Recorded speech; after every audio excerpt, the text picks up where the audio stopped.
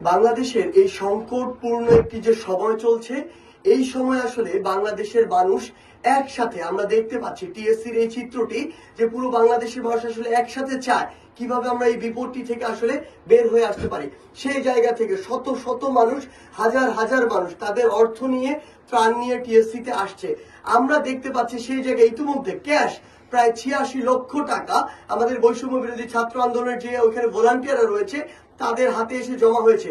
তাছাড়া আমাদের যে ব্যাংক অ্যাকাউন্ট, বিকাশ, নগদ কিংবা যে রকেট রয়েছে, এই অ্যাকাউন্টগুলোতেই মানুষজন তাদের যথাসাধ্য চেষ্টা করছে এই টাকাগুলো দিয়ে, ফান্ডগুলো দিয়ে আমাদের যে ভাইরা বন্যা কবলিত এলাকায় রয়েছে তাদেরকে সহযোগিতা করার জন্য।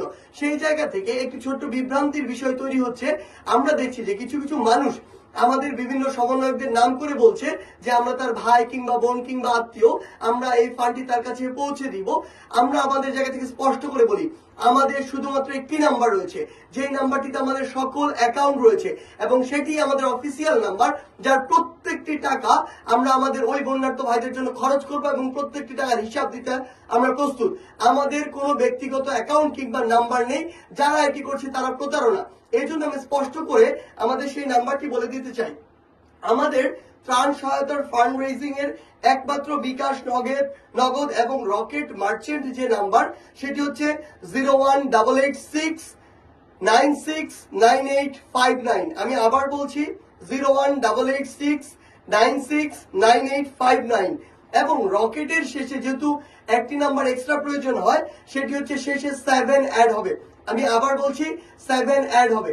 আমি আমার জায়গা থেকে একটি কথা স্পষ্ট করে আপনাদেরকে বলতে চাই, আমার যে ভাইরা বাংলাদেশের আজকে দক্ষিণবঙ্গের কথা বলি, সিলেটের কথা বলি কিংবা হয়তো উত্তরবঙ্গ, এটি খুব দ্রুত শুরু হতে পারে, যে ভাইরা বন্যা কবলিত রয়েছে, আমি পুরো বাংলাদেশের মানুষকে অনুরোধ করছি, হ্যাঁ আপনারা অসংখ্য ব্যবসা করেন, আপনাদের অসংখ্য চিন্তা ভাবনা রয়েছে, কিন্তু এই দুর্যোগপূর্ণ সময়ে, জাতির কিংবা রাষ্ট্রের এই সংকটকালীন একটি সময়ে আপনারা আপনাদের ওই ব্যবসার হিসাবগুলো, এই চিন্তাগুলো একটু দূরে রাখুন।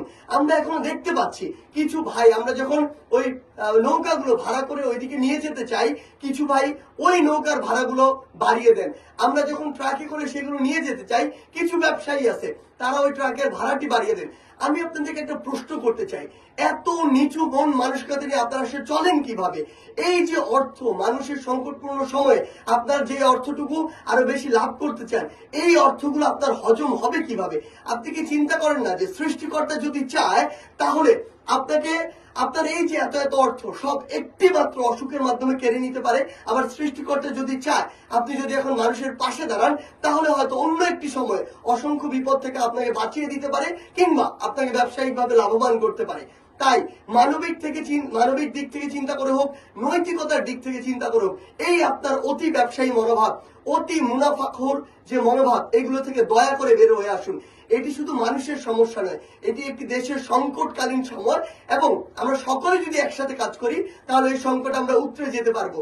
এবং আমার প্রশাসনের যে ভাইরা কিংবা স্বেচ্ছাসেবক যে ভাইরা ওই বন্যার্ত এলাকাগুলোতে গিয়েছেন, আপনারা যারা আপনাদের জীবন দিয়ে চেষ্টা করছেন আসলে আমাদের ভাই বোনদেরকে সেভ করার জন্য, আপনাদের সহ আর্মি বলি, কোস্টগার্ড বলি, নৌবাহিনী বলি, যারা ওই জায়গাগুলোতে কাজ করছেন, আপনাদের প্রতি একটি অনুরোধ, আপনারা গ্রামে গ্রামে গিয়ে, পাড়ায় পাড়ায় গিয়ে সবার আগে আমার ওই ভাই বোনদেরকে উদ্ধার করার ব্যবস্থা করুন। আশ্রয় কেন্দ্রগুলোর যে দ্বিতীয় তলা, তৃতীয় তলা, এগুলোতে নিয়ে এসে রাখার ব্যবস্থা করুন। কারণ আমরা ইতিমধ্যেই জেনেছি যে নিচ তলাগুলো যেগুলো রয়েছে আশ্রয় কেন্দ্রের, সেগুলো ইতিমধ্যে আসলে পানি দিয়ে পূর্ণ হয়ে গিয়েছে। তাই আমরা আমাদের জায়গা থেকে অনুরোধ করছি যে আমাদের ভাই বোনদেরকে সেভ করে নিয়ে আসুন। এরপরে আমরা যারা রয়েছি পুরো বাংলাদেশের মানুষ একসাথে আমাদের ব্যক্তিগত জায়গা থেকে যতটুকু সম্ভব ততটুকু ত্রাণ দিয়ে আমরা যেন তাদেরকে সহযোগিতা করতে পারি এবং প্রত্যেককে আশ্রয় কেন্দ্রে যেন আমরা আমাদের এই ত্রাণগুলো পৌঁছে দিতে পারি। এই বিষয়টি আমাদের খুব ভালো করে লক্ষ্য রাখতে হবে।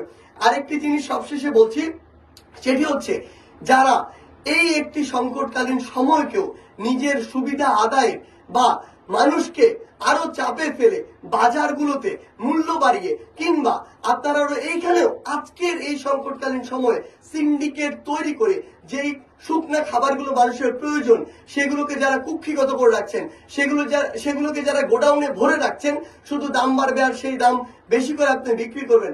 আমি আপনাদের উদ্দেশ্যে একটি কথা বলি, এই মানসিকতা থেকে বের হয়ে আসুন।